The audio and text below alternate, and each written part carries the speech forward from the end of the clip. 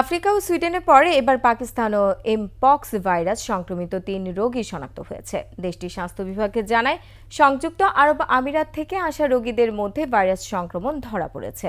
এদিকে ভাইরাসটির নতুন ধরন শনাক্ত হওয়ার পর প্রাদুর্ভাব বাড়তে থাকায় আন্তর্জাতিক জনস্বাস্থ্যে জরুরি অবস্থা বহাল রেখেছে বিশ্ব স্বাস্থ্য সংস্থা। আফসানা নীলার ডেস্ক রিপোর্টে বিস্তারিত। ভয় ধরাচ্ছে এমপক্স ভাইরাসে আক্রান্ত রোগীর সংখ্যা। আফ্রিকার পর ইউরোপের সুইডেন ছাড়িয়ে ভাইরাস ছড়িয়ে গেছে পাকিস্তানেও। দেশটির খাইবার পাখতুনখাওয়া স্বাস্থ্যসেবা বিভাগ জানিয়েছে ৩ রোগীকেই কোয়ারেন্টাইনে রাখা হয়েছে। তারা সৌদি আরব ফেরত।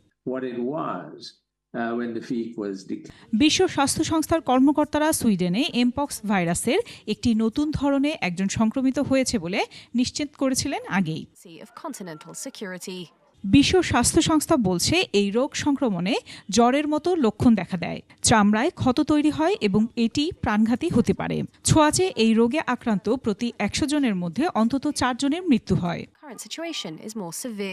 এমপক্সের ২টি ধরন আছে, ক্লেড ১ ও ক্লেড ২। এর আগে ২০২২ সালে ক্লেড ২ এর তুলনামূলক মৃদু সংক্রমণ চলাকালে জনস্বাস্থ্যের জন্য জরুরি অবস্থা ঘোষণা করা হয়েছিল। কিন্তু এবার অনেক বেশি প্রাণঘাতী ক্লেড ১ এর প্রাদুর্ভাব শুরু হয়েছে।